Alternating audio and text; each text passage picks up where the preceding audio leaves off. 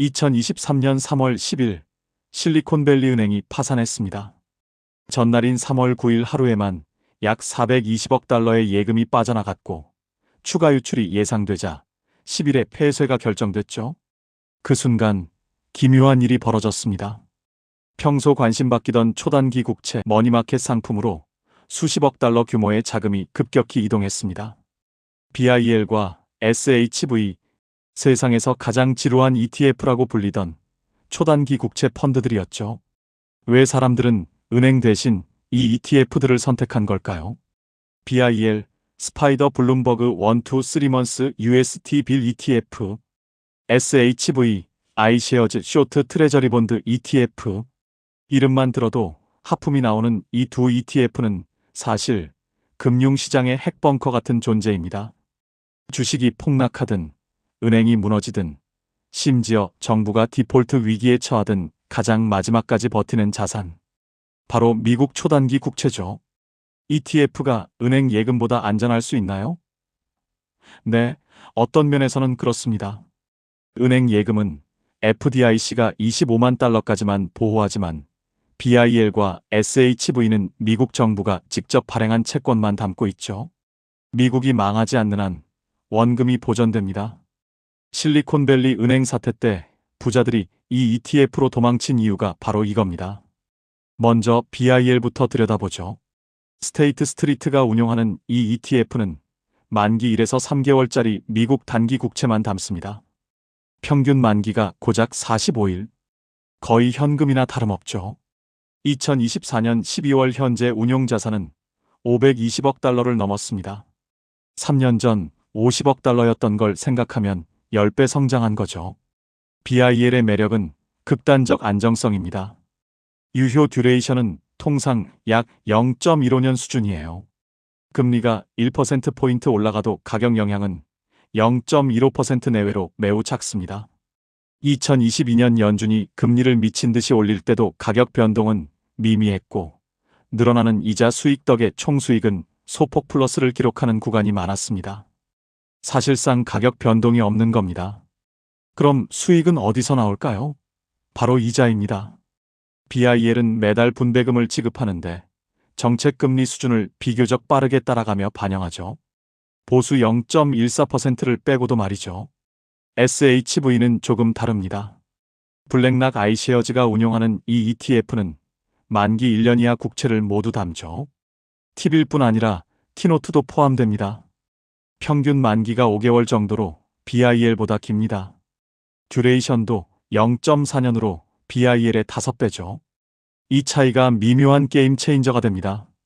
2023년 11월 연준이 금리 인하를 시작한다고 기대했을 때 SHV는 1.2% 올랐지만 BIL은 0.3% 상승에 그쳤죠. 듀레이션이 길수록 금리 하락의 수혜가 크기 때문입니다. 물론 금리가 오르면 반대 현상이 일어나겠죠. 그럼 SHV가 더 좋은 거 아냐? 꼭 그렇진 않습니다. 두 ETF의 분배 수익률 격차는 보통 소폭입니다. 이 정도 차이를 위해 5배 더 큰 금리 리스크를 감수할 필요가 있을까요?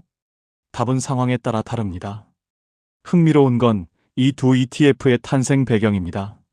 BIL은 2007년 5월 금융위기 직전에 출시됐습니다.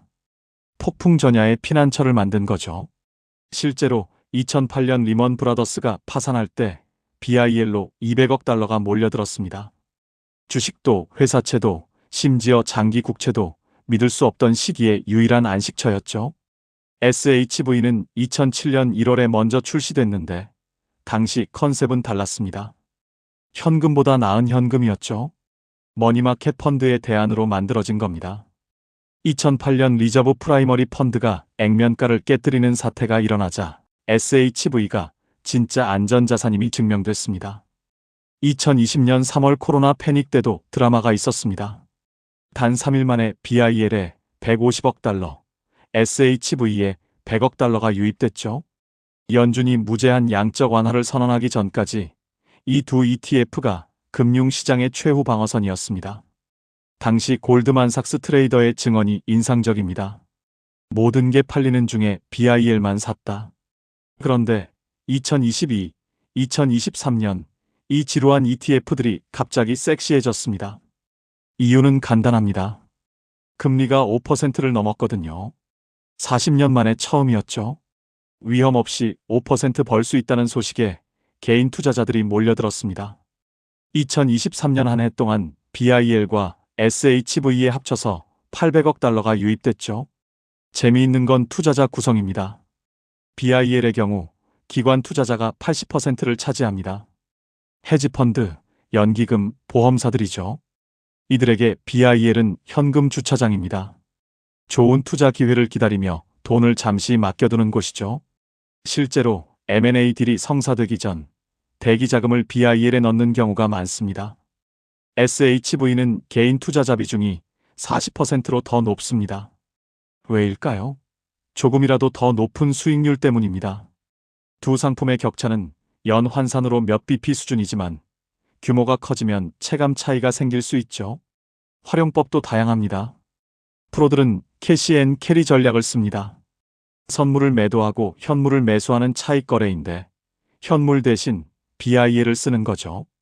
금리까지 받으니 수익률이 개선됩니다. 또 바벨 전략도 인기입니다.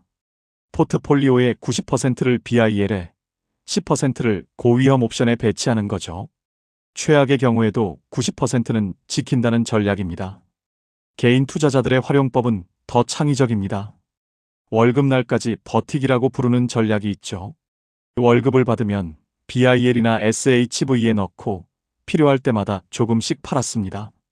미국 상장 ETF는 2024년부터 결제 주기가 T+1로 단축돼 현금화가 더 빨라졌고 그동안 일할 계산으로 이자까지 받으니 일석이조죠. 리스크가 아예 없는 건 아닙니다. 2011년 8월 미국 신용등급이 AAA에서 AA+로 강등됐을 때 BIL과 SHV도 하루 마이너스 0.5% 떨어졌죠. 미국 정부가 디폴트할 가능성을 시장이 가격에 반영한 겁니다. 물론 곧 회복했지만 완벽한 안전자산은 없다는 교훈을 남겼습니다. 또 다른 리스크는 재투자 리스크입니다. 금리가 떨어지면 만기가 돌아온 채권을 더 낮은 금리로 재투자해야 하죠. 정책금리가 하향 국면에 들어서면 분배 수익률도 시간차를 두고 낮아집니다. 현재 BIL과 SHV를 둘러싼 환경이 바뀌고 있습니다. 단기 정책금리의 고금리 유지 기간이 길어질 땐 BIL처럼 듀레이션이 아주 짧은 상품이 유리합니다. 금리 변동 리스크 없이 높은 단기 금리를 계속 받을 수 있으니까요. 반면 빠른 경기 둔화로 금리 인하 속도가 가팔라지는 국면이면 SHV가 상대적으로 더 민감하게 반응할 수 있습니다. 듀레이션이 조금이라도 긴 SHV가 가격 상승 효과를 누릴 테니까요. 물론 그 차이는 1에서 2% 정도로 미미하겠지만 초단기 국채 세계에선 큰 차이입니다. 월가의 조크가 있습니다. BIL과 SHV에 투자하는 사람은 두 부류다. 겁쟁이와 현명한 사람. 겁쟁이는 손실이 무서워서, 현명한 사람은 기회를 기다리며 투자한다는 거죠.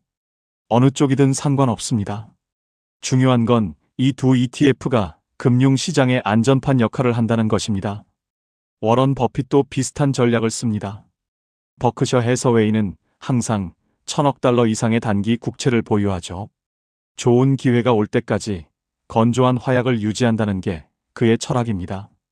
BIL과 SHV는 개인 투자자도 버핏처럼 할 수 있게 해주는 도구입니다. 최근 흥미로운 트렌드가 있습니다. 지세대들이 BIL과 SHV를 디지털 저금통으로 쓴다는 거죠.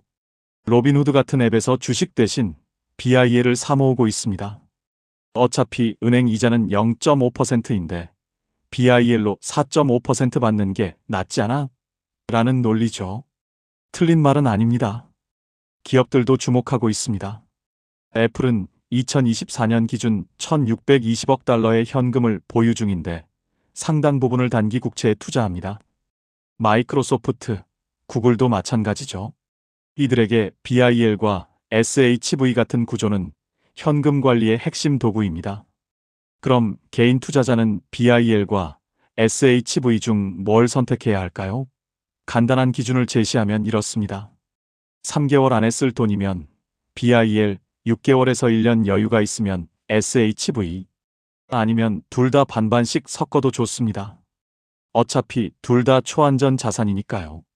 BIL과 SHV. 세상에서 가장 지루하지만 가장 든든한 ETF. 연 5%냐, 5.1%냐를 두고 고민하는 럭셔리한 선택. 주식시장이 롤러코스터를 탈 때 이 둘은 에스컬레이터처럼 천천히 그러나 확실하게 올라갑니다. 현금은 왕이다라는 말이 있죠. 정확히는 단기 국채가 왕이어야 맞습니다. 현금은 인플레이션에 녹지만 BIL과 SHV는 금리를 받으며 버티니까요. 2025년이 불확실할수록 이 지루한 왕들의 가치는 더욱 빛날 겁니다. 폭풍우가 몰아칠 때 가장 안전한 곳은 어디일까요? 바로 눈높이 아래입니다. BIL과 SHV가 바로 그런 존재죠. 화려하지 않지만 확실한, 빠르지 않지만 꾸준한, 그래서 가장 믿을 만한 금융의 방공호. 당신의 포트폴리오에도 이런 방공호 하나쯤은 있어야 하지 않을까요?